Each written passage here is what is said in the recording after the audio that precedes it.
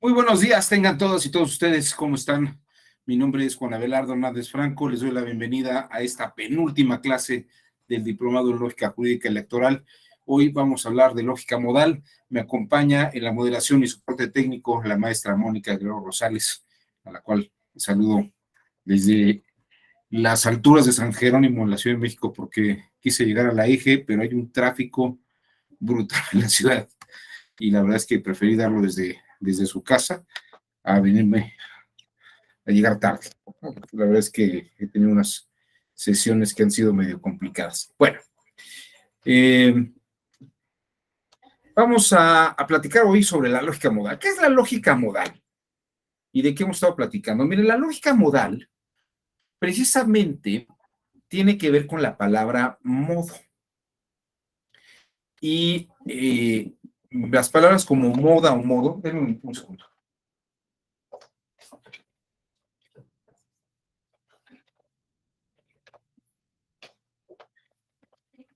Me hicieron una bebida que no puedo negarme. La palabra moda viene de la palabra modo y precisamente la moda son los modos nuevos a los que no estamos acostumbrados. Por ejemplo, lo que está de moda en el baile o la música son modas, son modos nuevos de hacer las cosas. De ahí viene la palabra modo o moderno.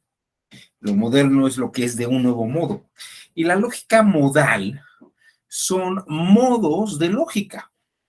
La lógica modal aparece a finales del siglo XIX y comienza en todo el siglo XX a desarrollarse de una manera brutal. De hecho, les diría, cuando platicamos sobre formalización, que vimos cómo trasladar una idea jurídica a un diagrama, a una forma visual. De hecho, la lógica lo que nos hace es ayudarnos a ver de una manera visual algo, a percibir de una manera visual algo, para comprenderlo de mejor manera. El silogismo era una forma, y podíamos ver subsunciones y estas formas de antecedentes y consecuentes, y lo que le pasa al género le pasa a la especie. Pero luego aparecen otros modos de lógica, como la lógica de inferencias, que vimos la última sesión. Vimos la lógica de inferencias y de posibles, ¿no? Que fue lo que vimos la última sesión, el viernes pasado, si mal no recuerdo. Y también, por ejemplo, lo que es los diagramas de Venn, son formas de graficar una situación. Vimos un par de ejemplos y era un modo de traer una situación jurídica a una situación de análisis y valoración, ¿no? Entonces, esto es precisamente lo que es la parte de la lógica, son modos de hacer lógica. Los diagramas de Venn, la lógica de inferencias y de posibles es otra forma de hacer modos.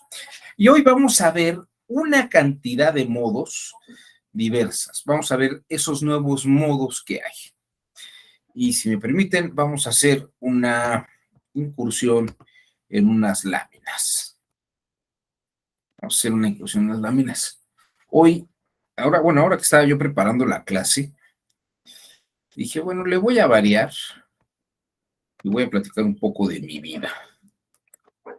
Bueno, antes que nada, aquí tenemos a Robert Alexi y a Martín Borowski, probablemente el discípulo más afín o más cercano a Robert Alexi. Martín Borowski y Robert Alexi estuvieron en el Instituto de la Judicatura Federal, hoy Escuela Federal de Jueces, y tuve yo la oportunidad en el año 2014, creo que fue diciembre de 2014, de dialogar con ellos. Estas fotos se las tomé yo, la de Alexi, la de San Borowski y Alexi, esas sí las tomé yo.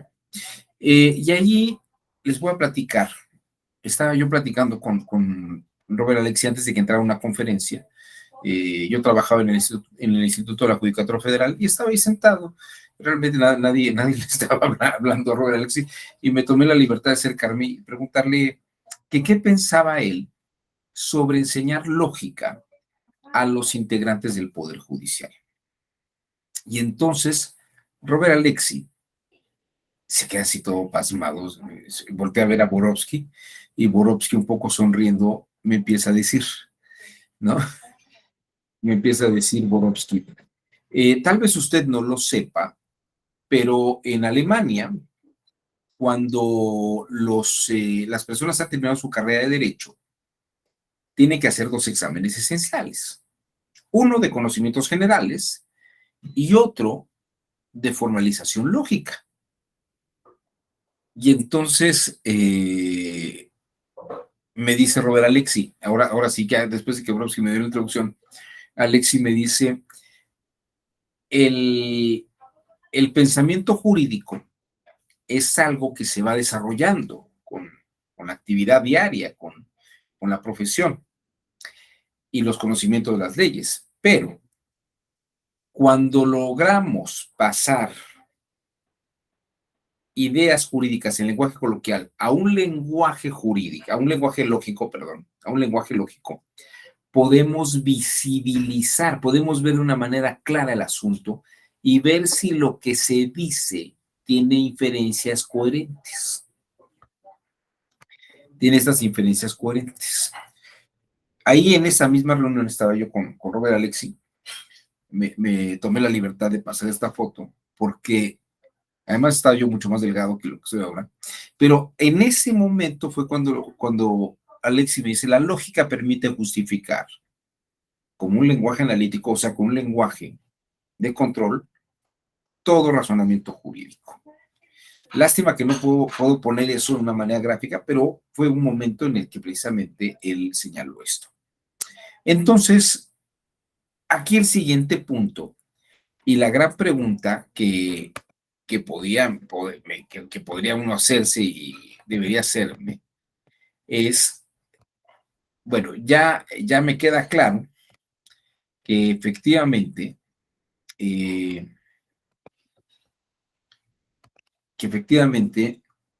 la lógica puede servir al derecho. Ahora, la otra pregunta es la siguiente. ¿Cuál es la fórmula o cuál es la manera o el modo en que trasladamos el pensamiento jurídico a la lógica? La última sesión platicamos sobre trasladarlo en forma de condicional. Esta lógica de condicionales de posibles y ver las inferencias es una forma que incluso el mismo Kelsen y varios autores de la lógica, consideran que es la forma adecuada de trasladar el pensamiento jurídico al pensamiento lógico a través de estas estructuras de condicionales. ¿Se podría hacer con un silogismo? Sí, pero veríamos temas generales, no temas específicos ni detalles.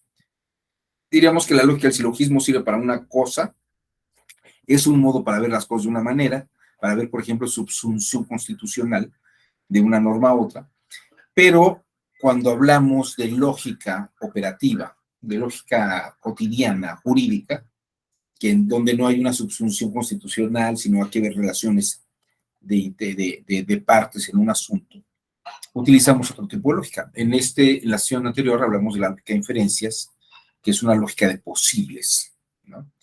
Y las inferencias lógicas que se pueden dar. Bueno,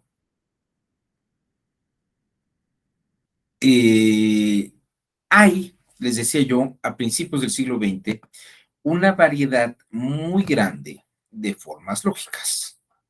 Una variedad muy grande de formas lógicas. Vamos a ver, no solamente porque yo se los vaya a exponer, sino les puedo pasar un pequeño videito de no más de 2 minutos.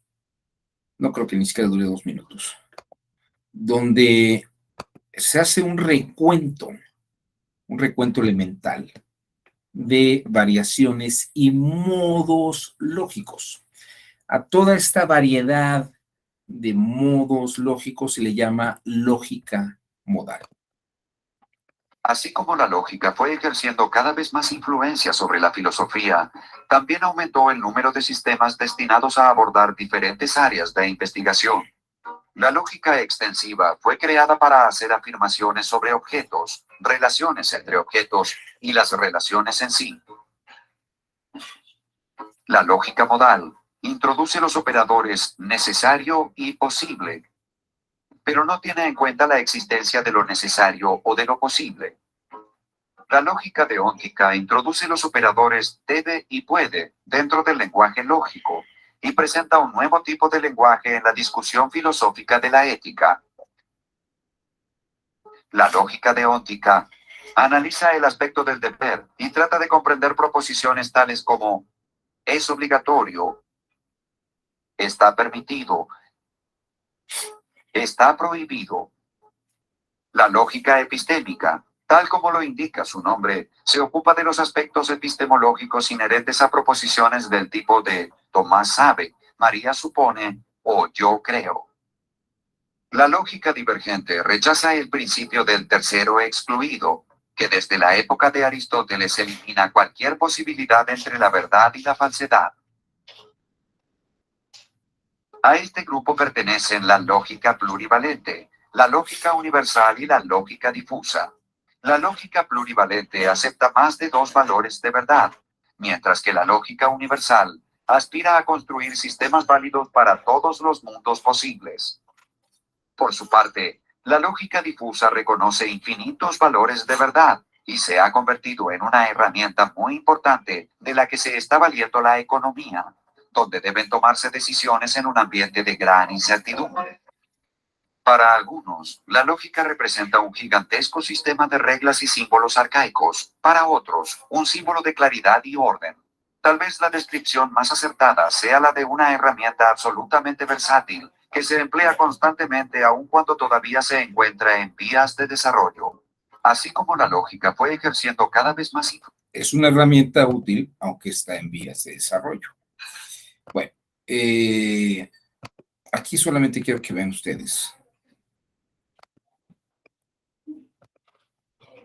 Aquí está. Miren, esta solamente es como el catálogo primero, después de hablar del silogismo y después de hablar de la lógica de inferencias, que sería esta lógica de divariante.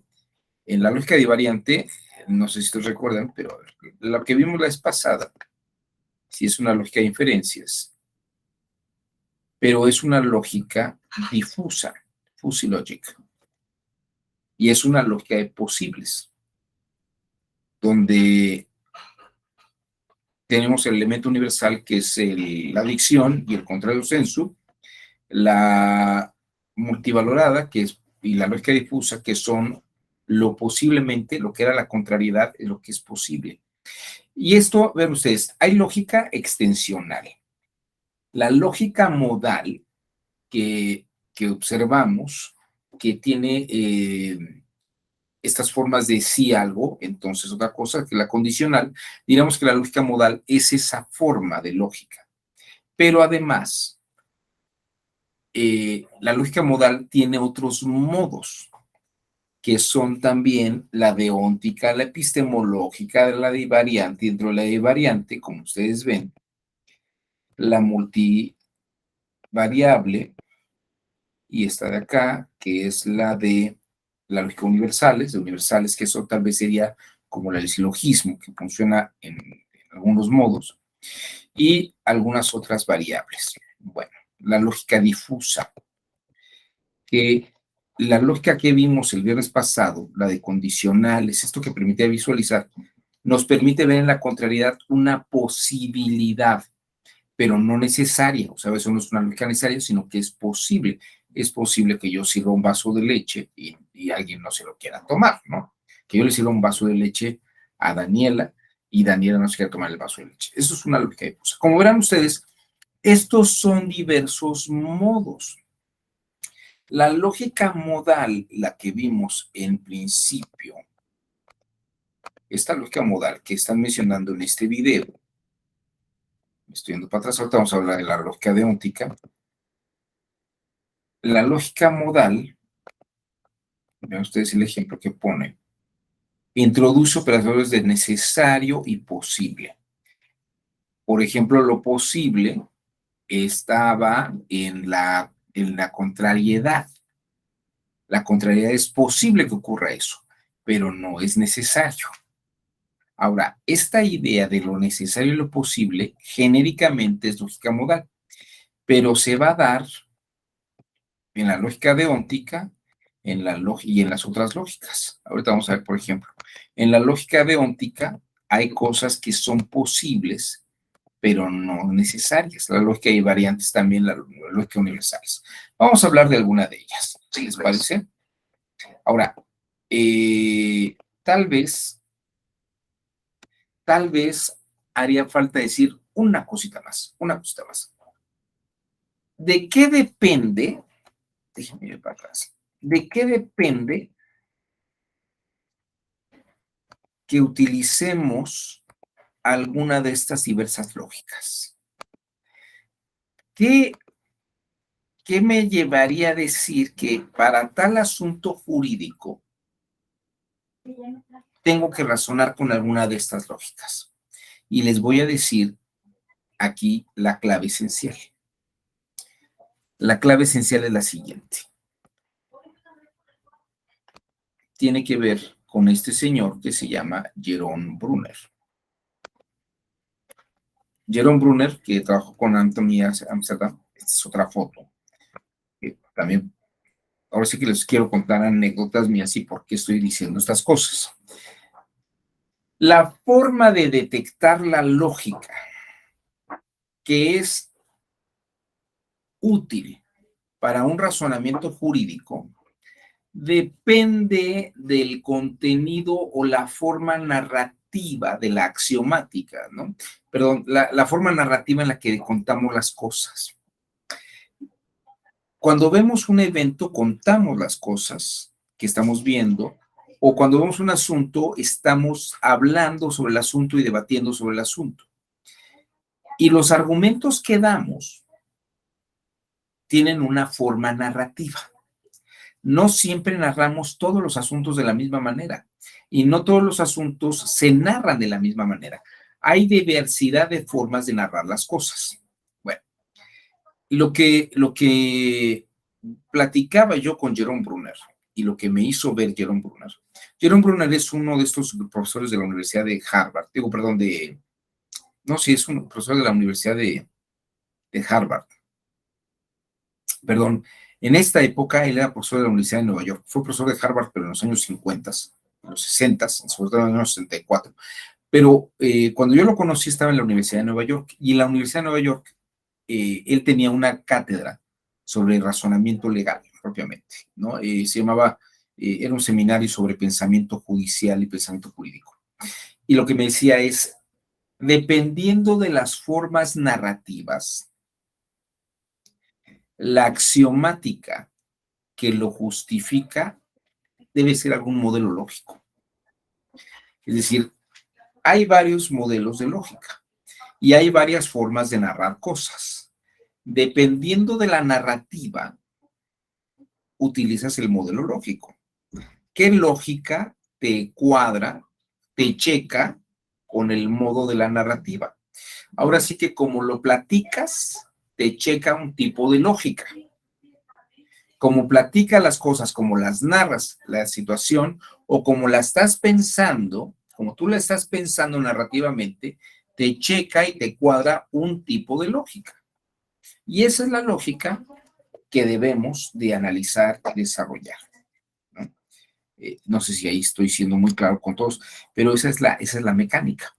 Entonces, si queda claro, así como la lógica fue ejerciendo, este grupo pertenece en la... Por eso, a partir de la narrativa que tenemos sobre un asunto, vamos a decidir qué forma lógica utilizamos para justificar, qué modo lógico, qué modalidad de la lógica vamos a utilizar para resolver estos asuntos.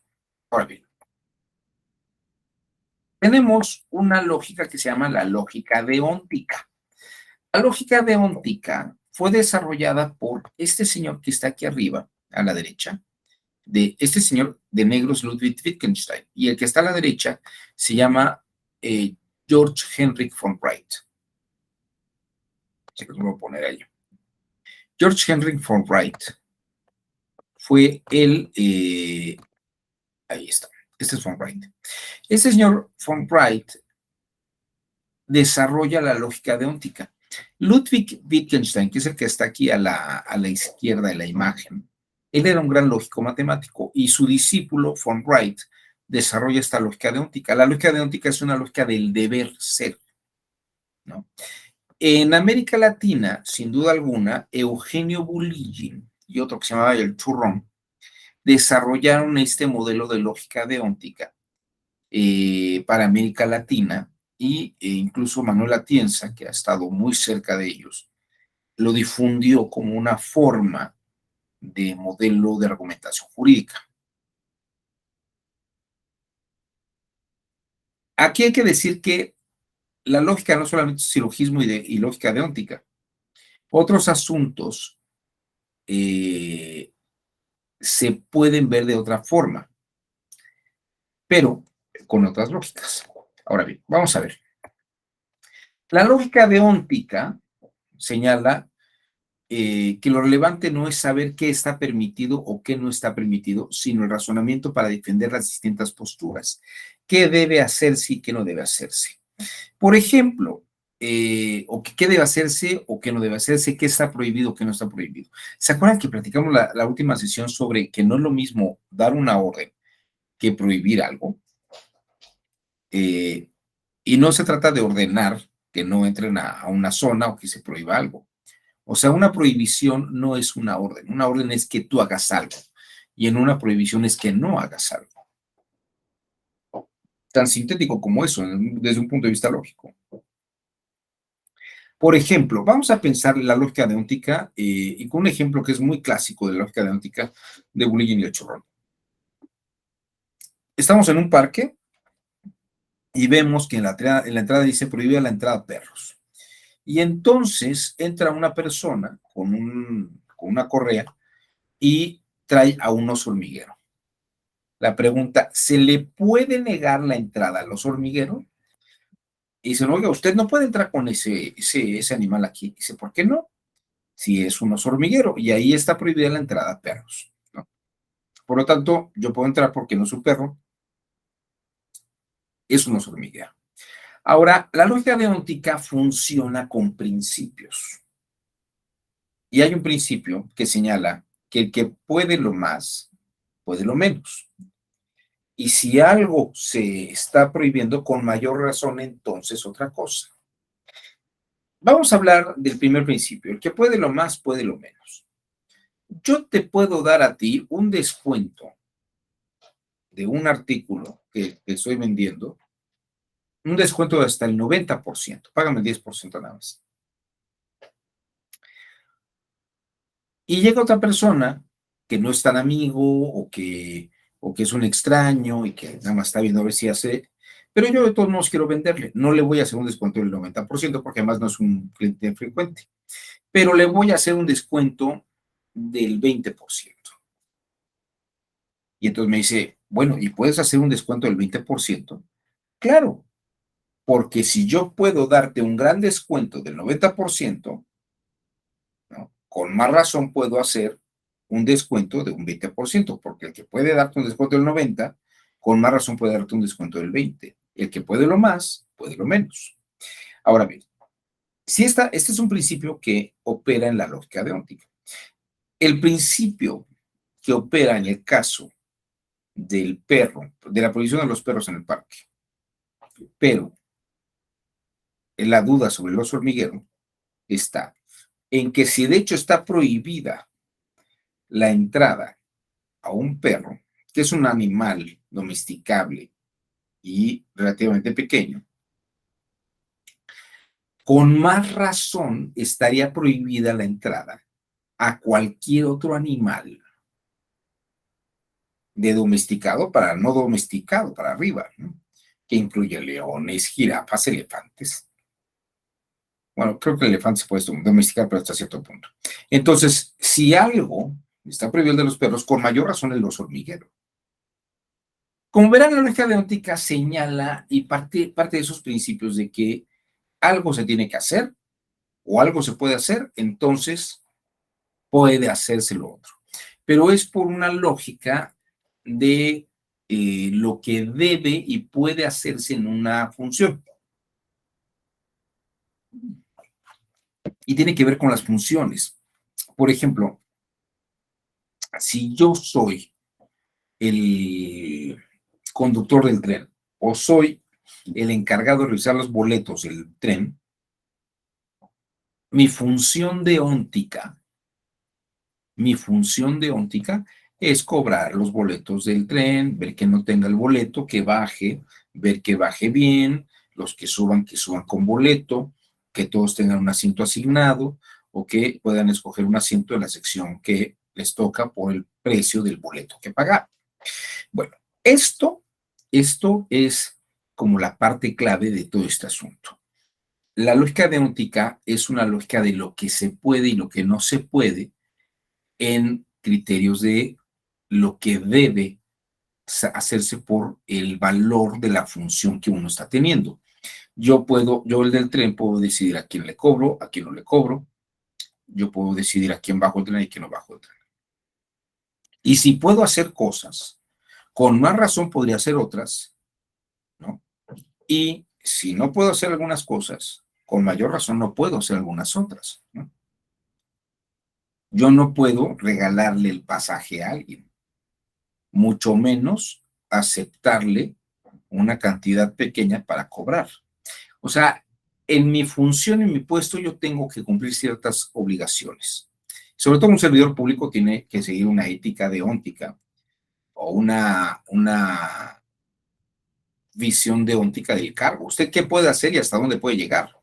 La lógica deóntica tiene ese modo. Ve lo que estás obligado a hacer, qué puedes hacer en la función que tienes, ¿no? Me decía un amigo mío, un ex amigo mío, me decía, yo tengo un puesto de rector de una universidad, pero los temas laborales no los ves conmigo, los tienes que ver con las personas del área de recursos humanos y con nómina. Y claro, me quedé pensando, tiene razón, ¿no? Claro que cualquier pensaría podría ayudarme a, que me, a que me devolvieran el pago que se me retuvo por algún error que hubo. Pero claro, en lo que me dice, eso no me compete a mí, ve a ver a alguien que sí se ocupe de eso. Hay funciones estratégicas, ¿no? Lo que pasa es que en México estamos muy acostumbrados a, pero tú puedes dar la orden y que ocurra así hacia abajo, ¿no? Pero deónticamente hablando, eh, esta persona tiene razón. Yo tengo que ir con el contador, que está en el área de nóminas, y con la persona de recursos humanos, y decirle, ¿sabe qué? A mí no me depositaron la quincena anterior porque tenía, no, por si les hago la cuenta bloqueada, necesito que ya le desbloqueen, necesito que me vuelvan a hacer el depósito. En fin, claro, esto no es un orden del rector. El rector tenía un puesto más alto, pero tiene otras funciones, ¿no? Pero claro, el trabajo y la parte deóntica es lo que uno puede hacer y lo que debe hacer y otro no. Eh, Esto, en materia jurídica, les diría que es un buen ejemplo en abstracto y sobre todo en materia de administración o de derecho administrativo. En cuanto a que uno tiene que cumplir ciertas funciones y otras no, ¿no? O qué puede hacer y qué no puede hacer. Ahora bien, eh, les quiero comentar una cosa que me parece que es importante. Eh, Hubo un estudio de la Universidad de Yale, y más que de la Universidad de Yale, de la barra americana de abogados, la American Bar Association. Durante la década de los años 60, de los 50 y de los 60, hubo una revista que se llamó Jurimetría, Jurimetrics. La pueden buscar en internet. Denme un segundo porque se me está acabando la batería.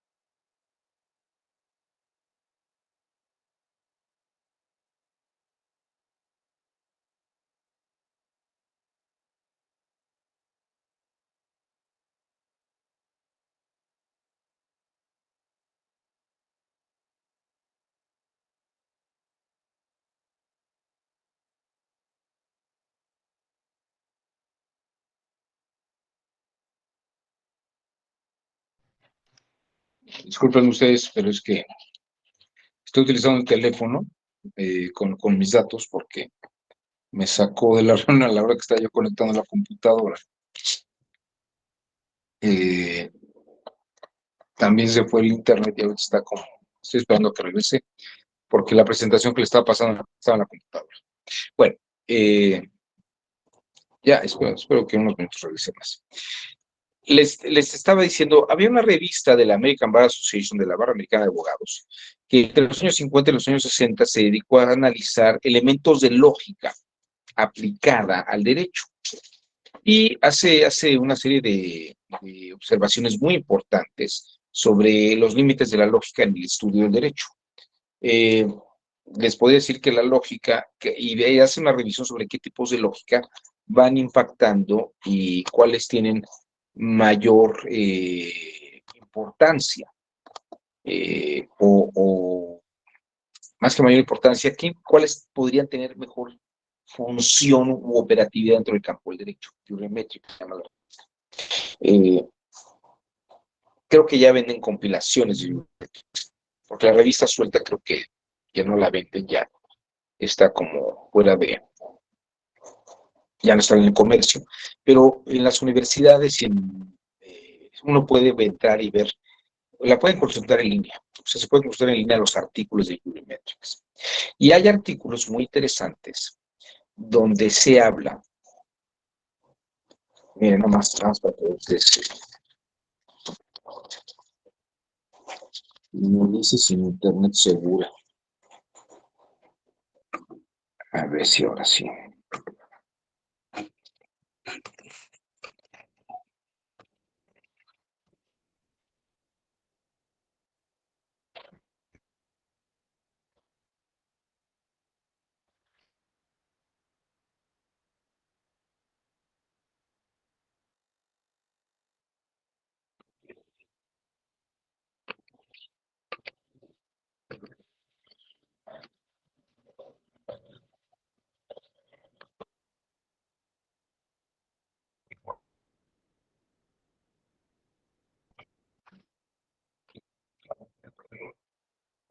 Y ahí lo que les quería decir es lo siguiente.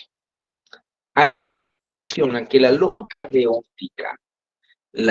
deóntica parece, en la opinión de estos miembros de la American Bar Association, que la lógica deóntica es muy buena para dar clases, pero no hay relevancia práctica. O sea, en tribunales nunca nadie ha esgrimido un argumento con lógica deóntica, ¿no? Lo que debe hacerse o lo que no debe hacerse.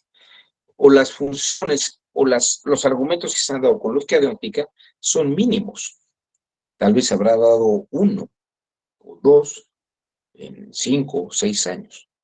Es decir, no es una forma argumentativa y una forma de razonamiento lógico que se emplee eh, frecuentemente, ¿no? No existe esta forma. Bueno, entonces, la lógica deóntica, pues es un modo en que se puede dar. Es una forma y un modo en que se pueden dar las cosas. Pero no es la única lógica, ¿no? Vamos a ver otros modelos lógicos. A ver, aquí hay uno. Déjenme ver si ya puedo compartir.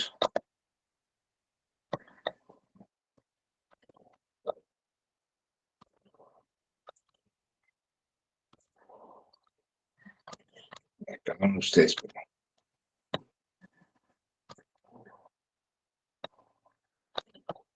este tema del internet es...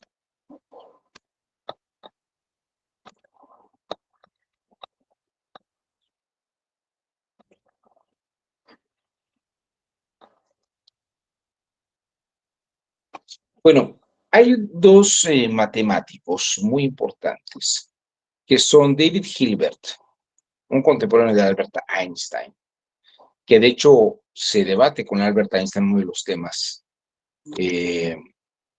más interesantes sobre fórmulas matemáticas. Y de hecho Einstein debate con Hilbert y muestra que Hilbert se ha equivocado en algunas cosas. pero que funcionan otras, pero no en esas. Para que se den ustedes una idea de David Hilbert. Y hay otro polaco que se apellida Starsky. Estos dos autores plantearon lo siguiente, estas formas de lógica modal. De hecho, el Hilbert tiene una serie de temas que llamaron los matemáticos el programa de Hilbert, ¿no?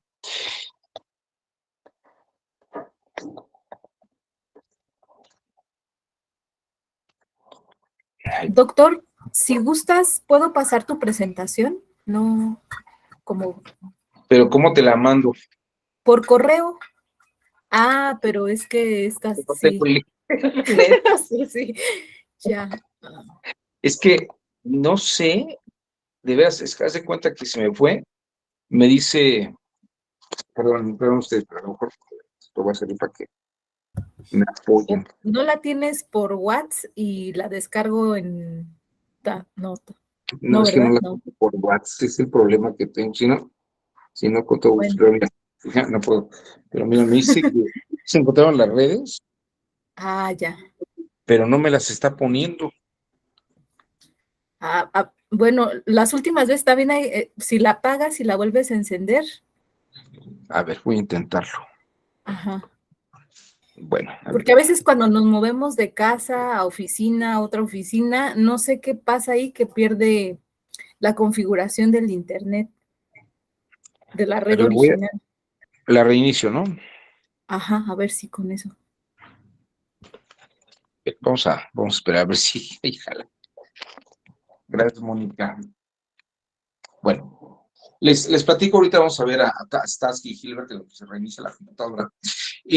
Ahí estos autores dicen, es una cosa muy, muy importante, muy interesante, y esto tiene que ver con el derecho, porque dicen, aunque tu planteamiento sea lógico, sea coherente, lógicamente hablando, es decir, sea impecable el discurso racional que estás dando, tienes que ver si ese razonamiento se aplica en la realidad de una manera correcta. Fíjense qué interesante, y esto incluso les digo que tiene que ver con los planteamientos de la física cuántica y de muchas cosas que operaron en la aerodinámica y en la teoría de la relatividad, porque aunque el razonamiento sea correcto, la fórmula pueda ser correcta, eso no quiere decir que sea aplicable en la realidad. O sea que hay cosas que en teoría suenan muy bien, pero en la práctica o en la realidad no lo son, ¿no?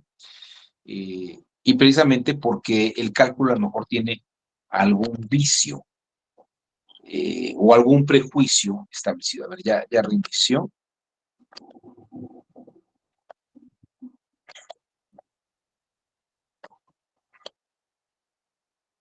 A ver.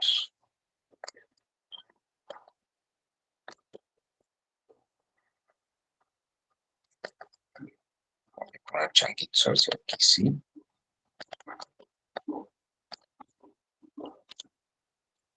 Aquí sí. Ya.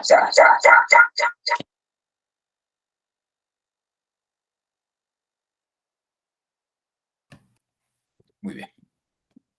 Gracias, Mónica. Ya lo conseguimos. Ok, muy bien, doctor. Bueno, déjame volver a abrir la presentación porque se cerró. Entonces, el cálculo puede ser correcto. Matemáticamente puede estar eso ahí correcto, pero eso no quiere decir que en la realidad funcione. Tienes que ver, dice Hilbert, tanto Starsky como Hilbert, dice, esto que estás planteando, tendrías que ver si efectivamente funciona en la realidad. O sea, ese es un modo, esto es bien interesante porque la lógica modal de Starsky y de Hilbert, lo que dicen es que todo tu planteamiento teórico tendrías que comprobarlo en la realidad misma. Aquí está, vamos a verlo aquí.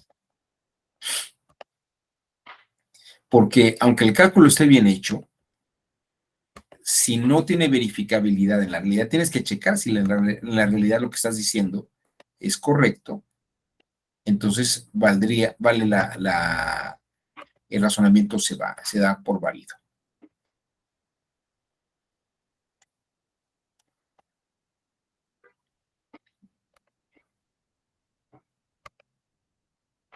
A ver.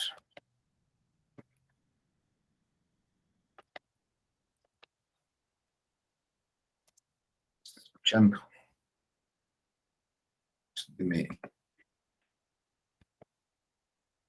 un segundo más.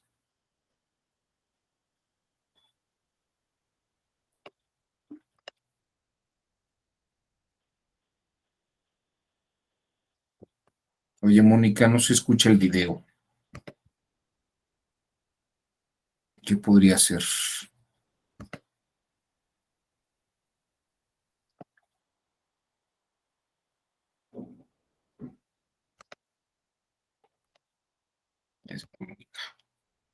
A ver, déjenme ver. Porque se me hace muy raro que no esté sirviendo el video.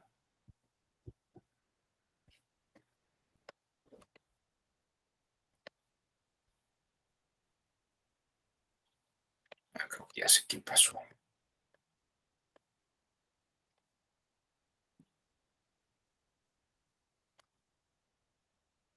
Así. Bueno.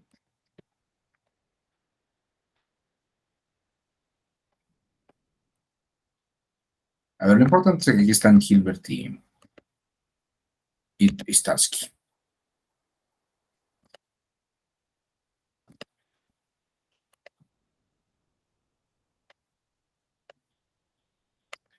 Y lo que plantea Starsky es, aquí tienen Alfred Starsky.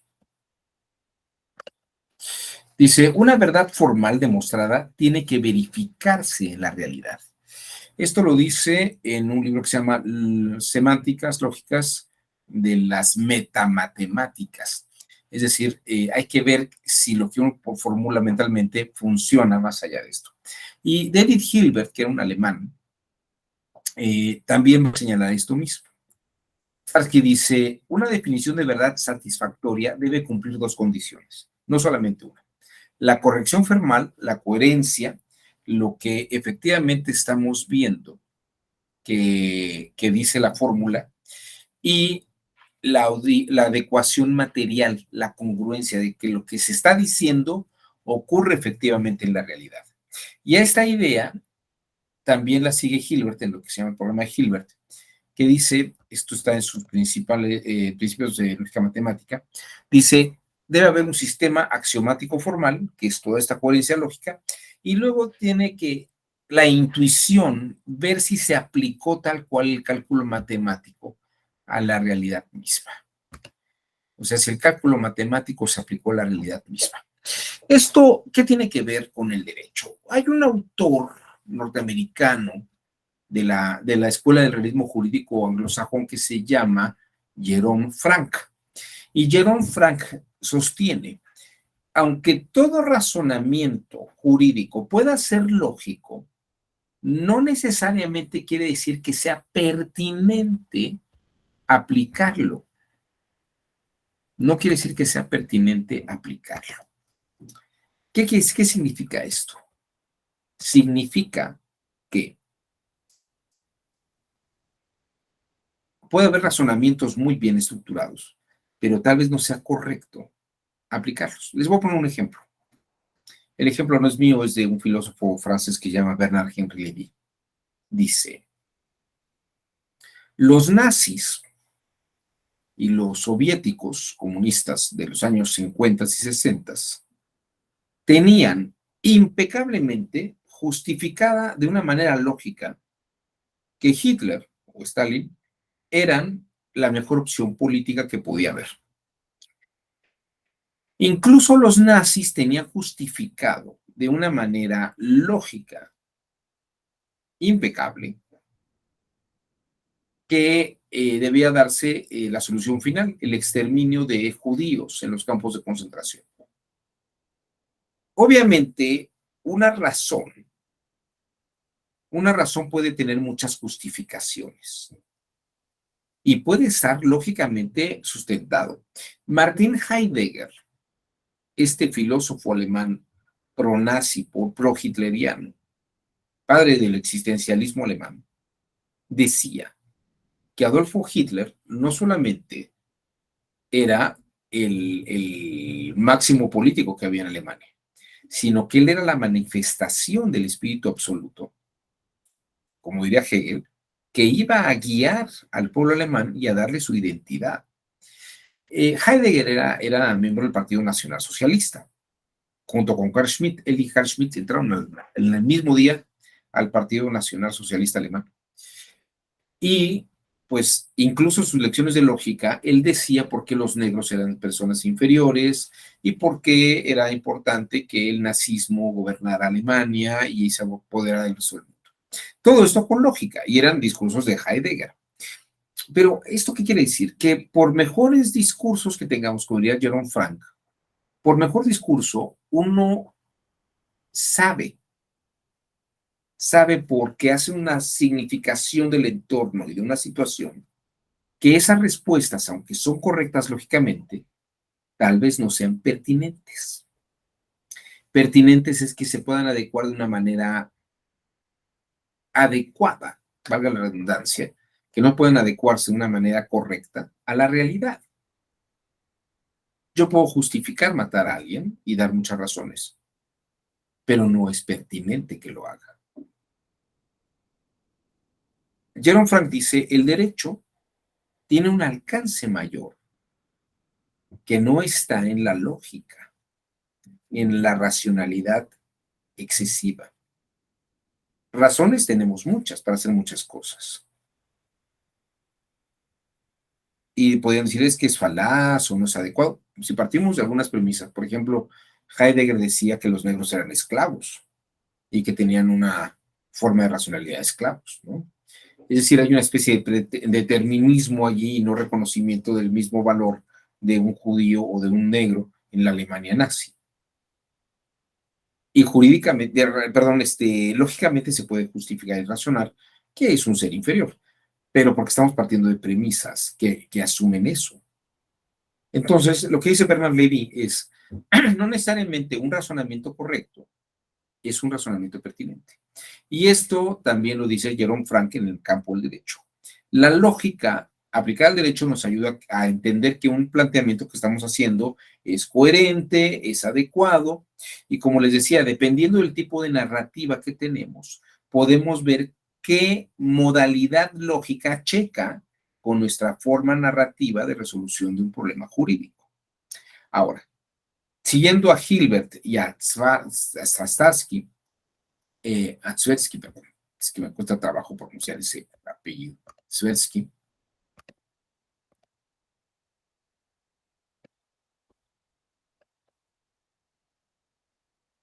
Tarski, perdón, Starsky.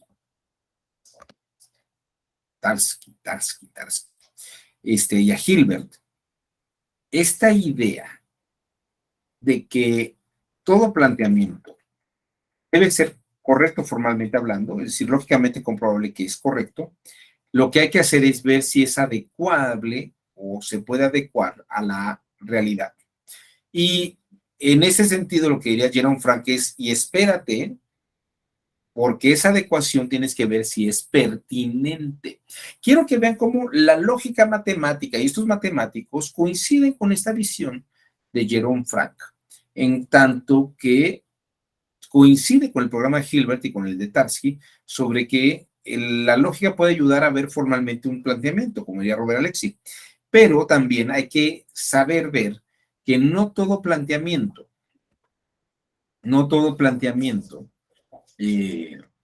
lógico, formal, correcto, es pertinente.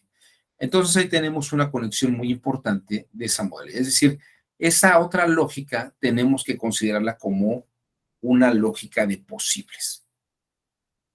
De George Boole platicamos la última vez, que decía en un libro que se llamaba La investigación de las leyes del pensamiento, decía que nuestro pensamiento era algebraico. Y Y es cierto, nuestro pensamiento se puede expresar algebraicamente, pero no necesariamente quiere decir que sea algebraico. Esto son algunas de las posturas sobre lo que se puede ir analizando y viendo más adelante en los campos del derecho y del razonamiento. Bueno, hasta ahí, como ustedes podrán haber visto, tenemos lógica de inferencias, lógica deóntica sobre el deber.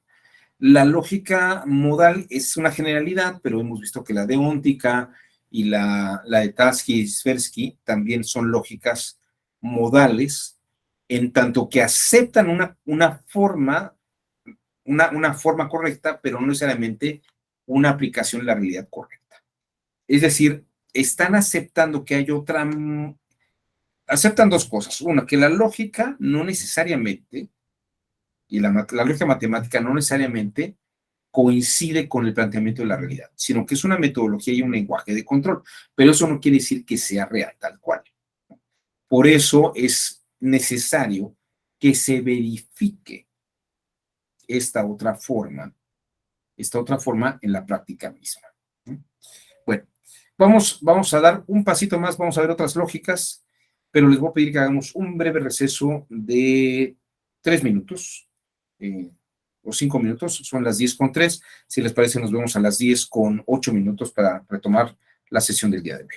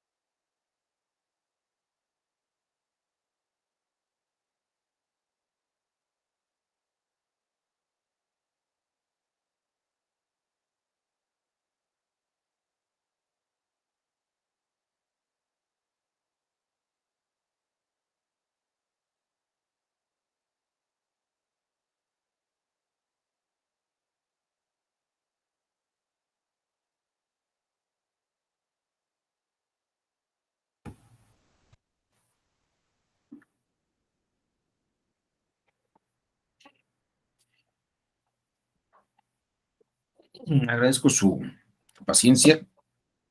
Ya estoy aquí otra vez. Bueno, vamos a esperar un minuto.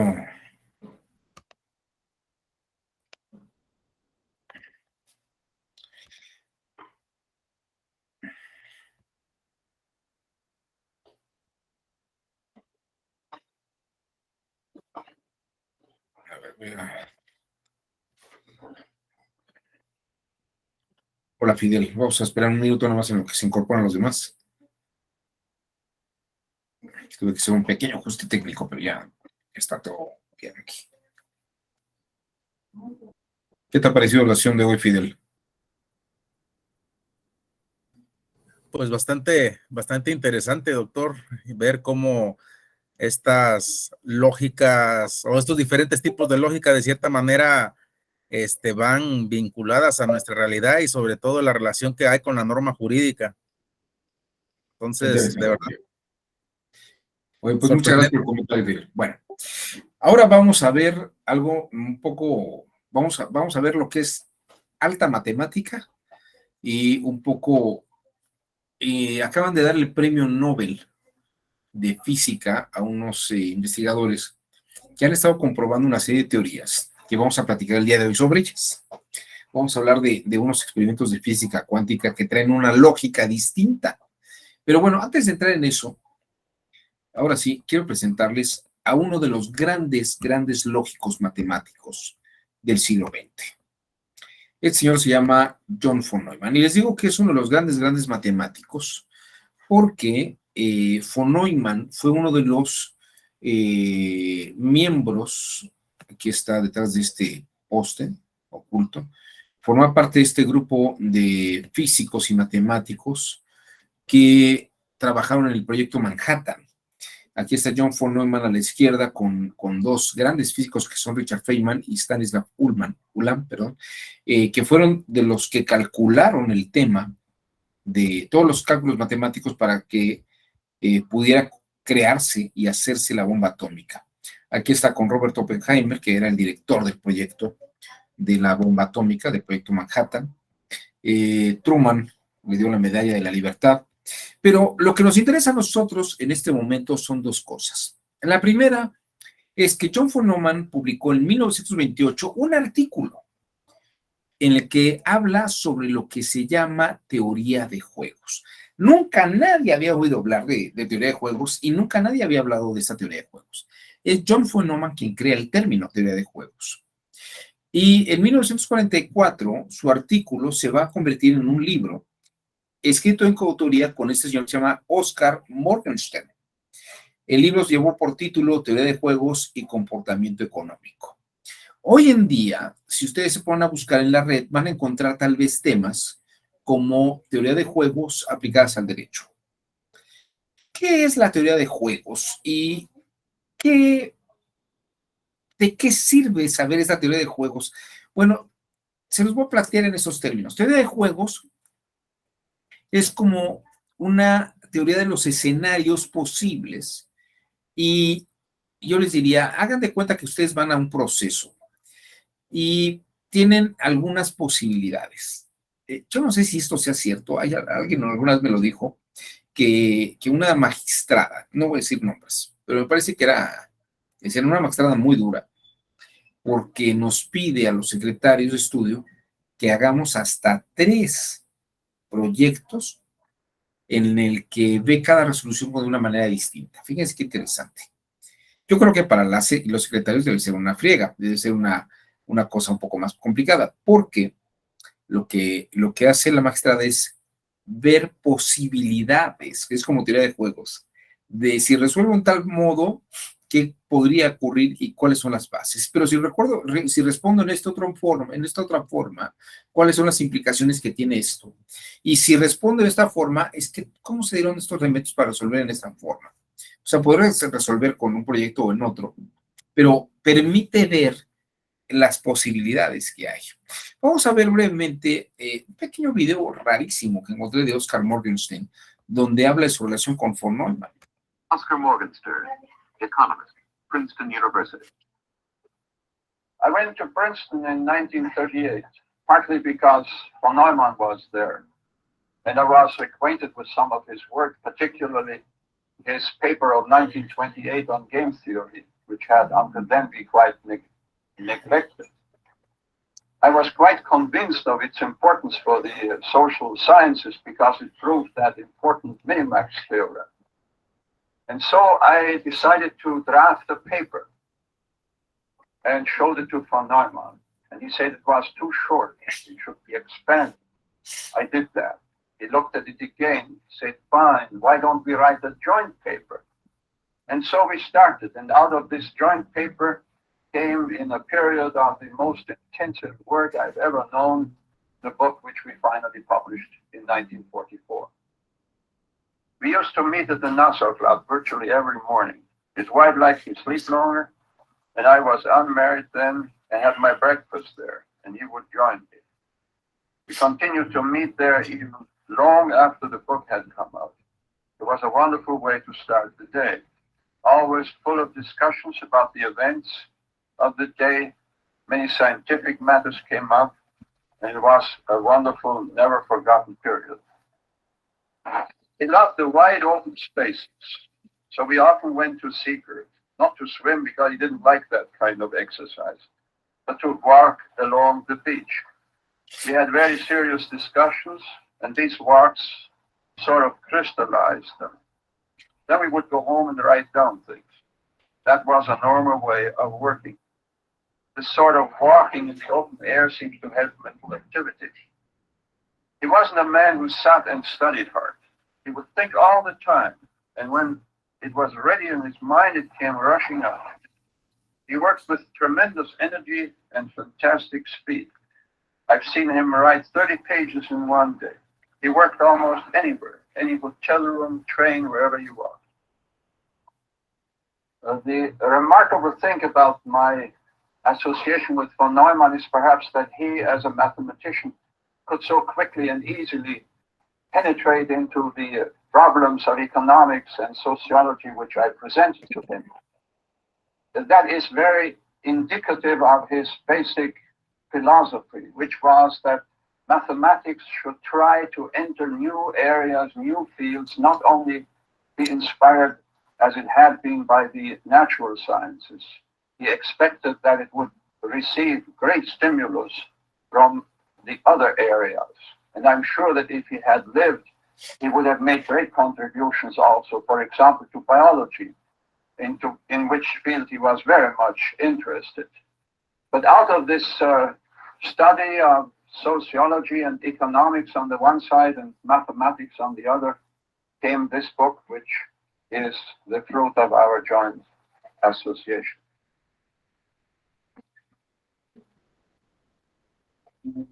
Theory of Games was a landmark work in pointing the way toward the mathematization of human motivations. The theory deals with problems ranging from a two-person game, in which the goals of individuals are diametrically opposed, as in poker and war, to n-person games involving complex interaction of groups, and finally to insights into individual choice, as it is expressed in economics. Bueno, el estudio se hace sobre economía. Como esto no es un curso de economía ni de lógica económica, sino que es un curso de lógica jurídica electoral, voy a hacer muy esquemáticamente. El ejemplo no es mío, es de Norbert Wiener, otro gran matemático que para el gran público explicó qué es la teoría de juegos de von Neumann de la siguiente manera. Vamos a pensar en el juego de gato. Yo creo que todo el mundo sabe jugar gato, ¿no? En el juego de gato tenemos 9 casilleros. Y tenemos 2 jugadores, uno que es el de las X, el que juega con X, y otro que juega con círculos. Ahora bien, vamos a pensar que el primer jugador coloca una X en ese punto y el segundo jugador coloca ahí un círculo en este punto. ¿Cuáles son las posibilidades? O lógicamente, a partir de esta posición, ¿qué posibilidades hay de ganar el juego para X? Miren, X podría parece que son 8 soluciones. Ustedes díganme si me equivoco. Tenemos esta primera, tenemos esta segunda, tenemos esta tercera, estamos hablando de 3 en línea, ¿no? Ida y vuelta. También podemos hablar de las otras 2. 1, 2, 3, 4, 5. Ya llevamos 5.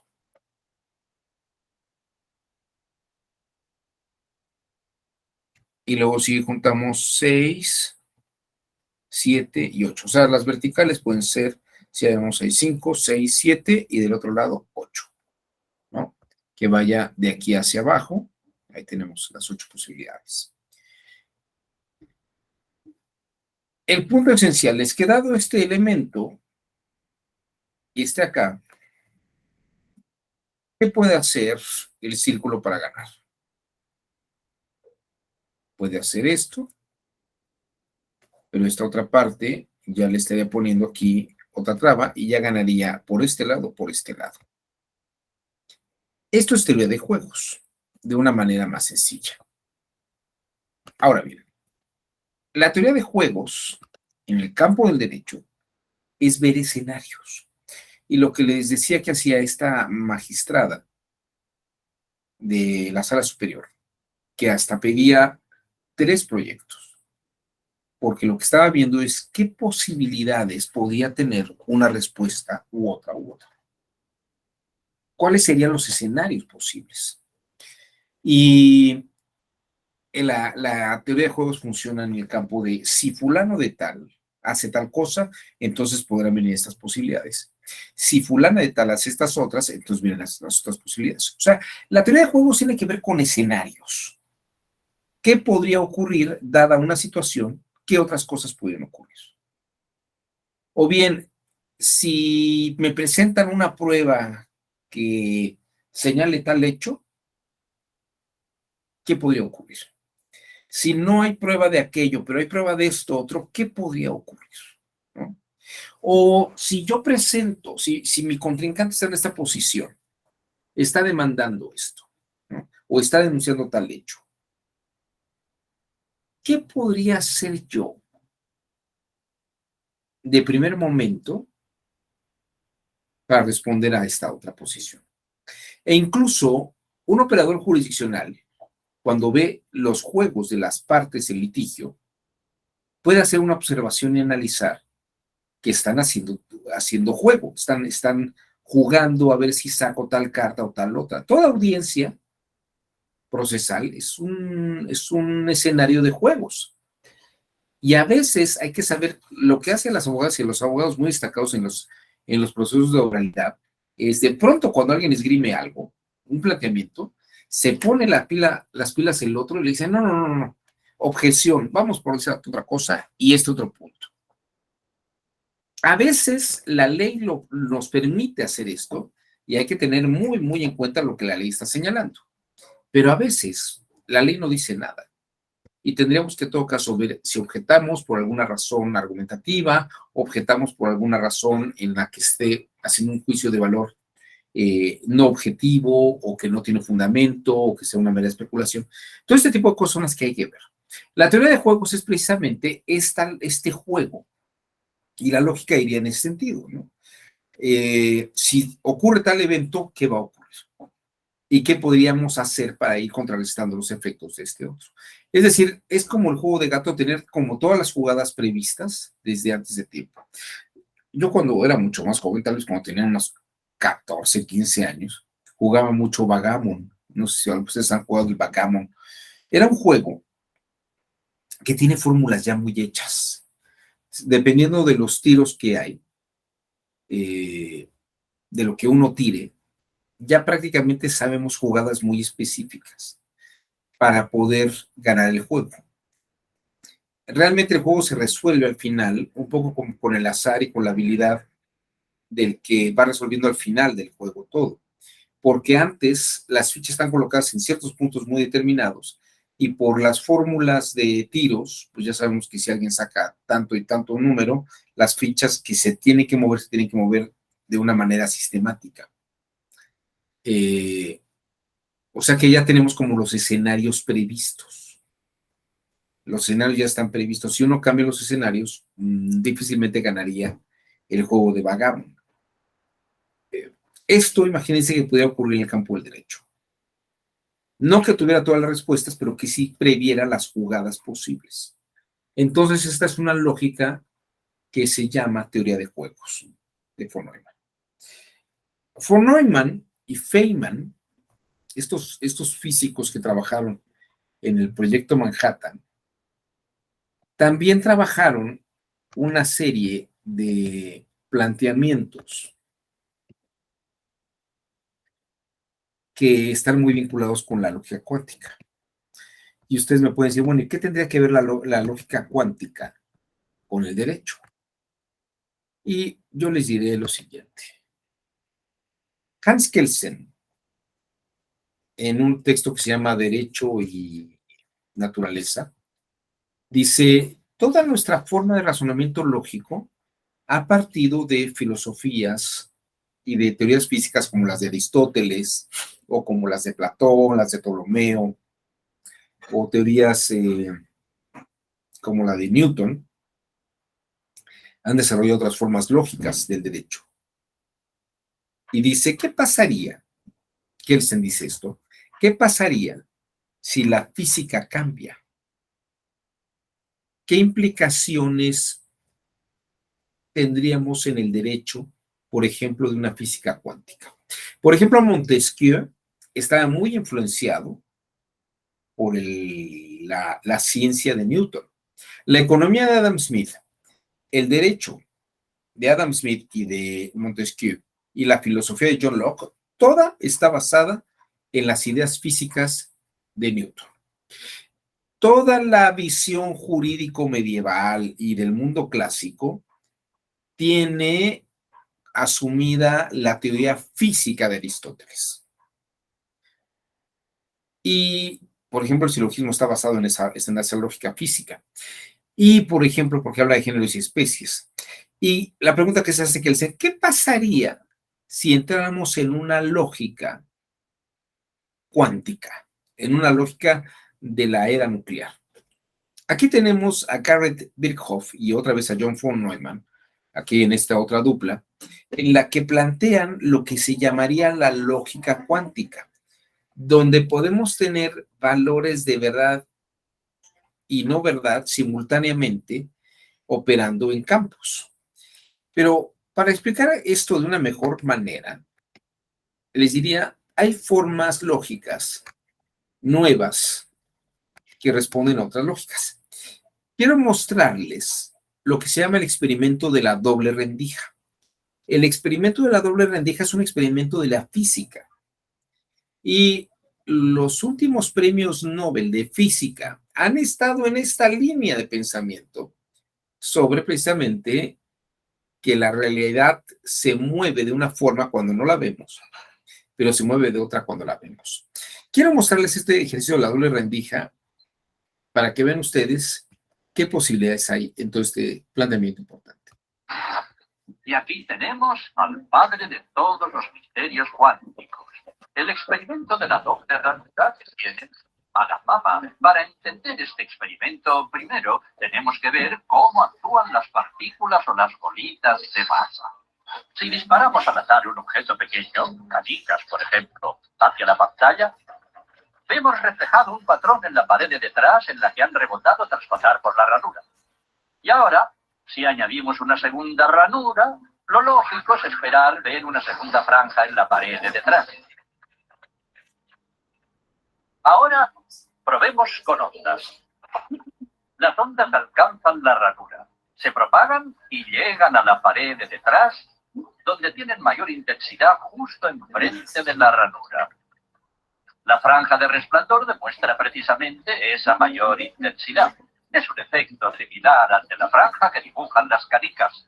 Pero cuando añadimos la segunda ranura, ocurre algo distinto.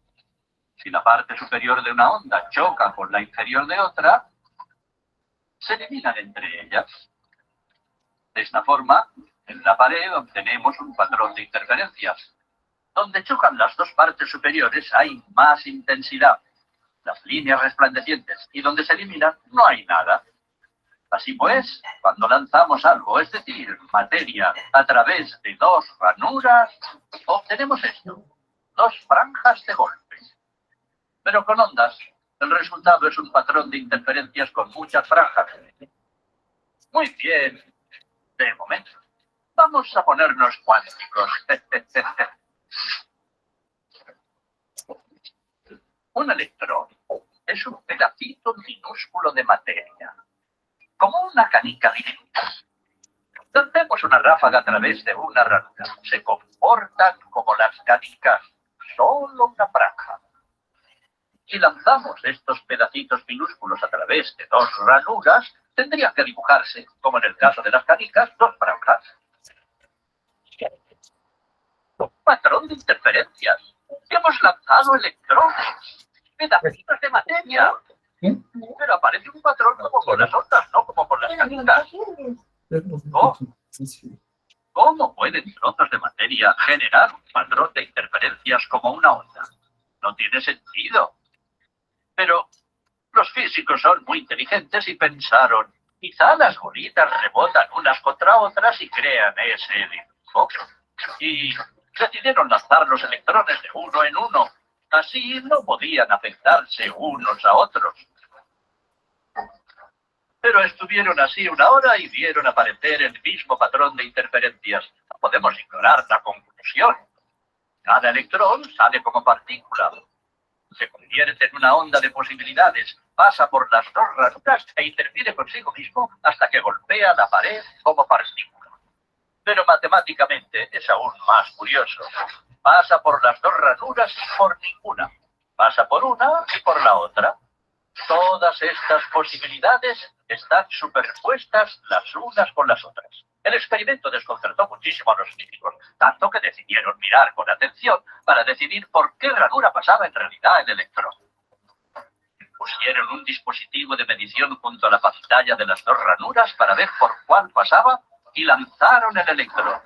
Pero el mundo cuántico es mucho más misterioso de lo que podían haberse imaginado. Cuando miraron, el electrón volvió a comportarse como una canica pequeña. Dibujó un patrón de dos franjas, no un patrón de interferencias. La misma acción de medir u observar por qué ranura pasaba conllevó que solo pasara por una, no por las dos. El electrón decidió actuar de manera distinta, como si fuera consciente de que lo observaban. Y en ese momento los físicos adentraron para siempre en el extraño submundo de los acontecimientos cuánticos. ¿Qué es la materia? ¿Canicas? ¿Ondas? ¿Y ondas de qué? ¿Y qué tiene que ver el observador con todo esto? Esto es un misterio. Y aquí tienen a Richard Feynman mostrando un poco esta forma de pensamiento. Richard Feynman es este físico que, por ejemplo, plantea temas como, hagan de cuenta que hay un grupo de vacas que están platicando, pasa un coche y las vacas se comportan como vemos a las vacas y luego las vacas se comportan de otra manera cuando no las vemos. Y parece que hay algo muy parecido. Cuando vemos las cosas, parece que ocurren de cierta manera, pero cuando no las vemos, ocurren de otra manera. Ustedes me pueden decir, bueno, esto es muy loco, ¿no? Es decir, cuando ustedes salen de su habitación y ya no ven lo que pasa en su habitación y no tienen una cámara que esté revisando lo que está pasando en su habitación las cosas se comportan de una manera. Pero cuando no las están viendo, digo que cuando las están viendo se comportan de otra, ¿no? Esto por lo menos sabemos que ocurre en el mundo de la física cuántica. Y se pregunta Kelsen estas cosas.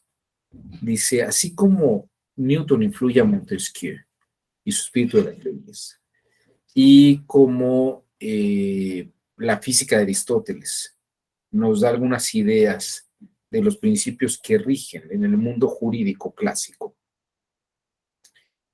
La pregunta que podríamos hacernos es, ¿cómo la física cuántica y estas teorías nuevas van a transformar nuestra forma de percibir el mundo?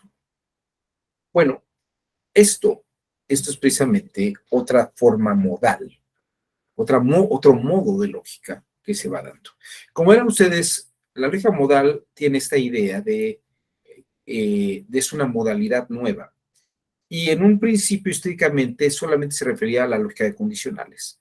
Pero como les digo que cada vez van apareciendo nuevas formas lógicas, la modalidad varía y se va ampliando. Son otros modos de lógica. Nada más que esa lógica modal se quedó con esa idea de la lógica de diferencias porque era otro modo, era un modo nuevo. Es como decir que era moderno, pero como decimos que el rock and roll era una música moderna. Hoy en día el rock and roll ya es una música vieja, pero era moderna en aquella época. Hoy tenemos música, el reggaetón y lo que ustedes quieran ahora, música electrónica también es moderna, porque son otros modos. Diríamos que con el paso del tiempo la modalidad se fue ampliando. Bueno, hasta aquí la sesión del día de hoy. Lo que he querido que vean es que hay muchos modos de lógica, muchos modos de lógica. Les puse la más complicada, que la lógica cuántica, la lógica de teoría de juegos, que se utiliza en el derecho, se puede utilizar como escenarios posibles. Y a partir de eso, la lógica de qué vamos a hacer, cómo actuamos, qué podemos detener, qué no podemos detener, qué vamos a hacer. Todo esto son formas modales. Aquí lo que es importante es ver qué lógica vamos a utilizar para qué fórmula jurídica, ¿no? El día de mañana vamos a tener, en la última sesión, vamos a regresar a la lógica de condicionales, pero vamos a ver modos de condicionales, modalidades de condicionales. Y les voy a poner un pequeño ejercicio de formas modales para resolver un problema y cómo un mismo problema, pensado desde distintos modos, nos puede llevar a una teoría de juegos distinta. Pero eso lo vamos a hacer con las tablas de verdad el día de mañana. O sea, el día de mañana vamos a integrar las dos últimas sesiones de una manera práctica para que vean ustedes de una manera ilustrativa cómo funciona esto. Antes de irnos, no sé si alguien quisiera decir algo o quisiera hacer algún comentario, ¿no? Fidel levantó la mano. Adelante, Fidel, te escuchamos. Sí, muchas gracias, doctor.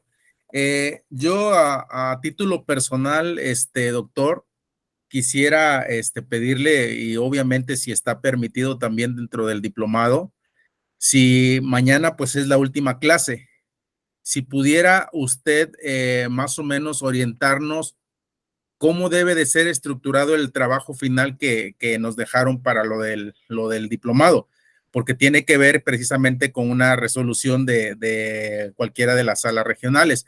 Entonces, independientemente de todo lo que hemos visto en el diplomado, sí, en lo particular me gustaría que si pudiera darnos, no sé, una pequeña orientación, 10 minutos, no sé, de cómo estructurar nuestro trabajo para pues tener una idea más clara y por lo tanto la finalidad de todo esto es pues realizar un trabajo lógico. Oye, Gracias. Fidel, mira, vamos a hacer una cosa para aprovechar el día de mañana también. Yo te diría, escojan una resolución, una resolución que ustedes tengan muy presente o un asunto que hayan visto cómo se resolvió o algo que les haya traído la idea, que les tenga que hayan estudiado el caso, por ejemplo. O sea, no busquen una sentencia nueva, busquen algo que les haya parecido interesante, algo que le haya resuelto la corte, ¿no? Digo, la corte la sala superior o alguna sala regional. Y el ejercicio que les pido que hagan para mañana es planteen como una condicional. Si esto, entonces debía haber pasado esto. Y si esto, entonces podría haber pasado esto otro de acá, ¿no? Si ustedes me, platican, vamos a hacer eso. Incluso ustedes tienen algunas sentencias o algunos asuntos que hayan visto en la sala regional o de la sala superior, que dijeran, bueno, a ver, este es el tema, ¿no? Si quieres, hacemos un ejercicio de traducción de esa sentencia a un trabajo al trabajo que habría que entregar. Nada más que te pido una cosa muy importante, ver qué se está debatiendo, o sea, cuál es el punto de controversia y cuál fue la solución que se dio. Y sobre eso, el punto de controversia y la solución que se dio, para que entonces entremos a la graficación lógica del trabajo, de la sentencia. Y si quieres, mañana no le dedico 10 minutos, le puedo dedicar la primera parte de la sesión es más, podríamos hacer el ejercicio con eso que tú estás planteando. ¿Te parece? Y entonces diríamos que les ayudo a hacer un avance importante en el trabajo que van a hacer sobre su propia sentencia. ¿Les parece? Muy bien. Bueno, ¿alguien más? ¿Alguna otra cosa? No sé por qué no se me había ocurrido para otra sesión, pero sí. Gracias, Fidel, por comentarlo. De aquí en adelante, cada vez que se vuelva a dar este curso, voy a sugerir eso. Así va a ser más fácil para todos, ¿no? Bueno, pues que tengan un excelente lunes, una excelente semana. Estamos comenzándola. Mucho ánimo, estamos en la última parte, segunda parte de octubre. Vayan sacando los trajes de brujas y de Día de Muertos y ya vayan desempolvando el árbol de Navidad y las esferitas, porque a la vuelta de la esquina vamos a tener que estar poniendo el árbol y los nacimientos. Que tengan muy buen fin de semana. Hasta luego. Gracias, doctor. Muchas gracias. Hasta luego.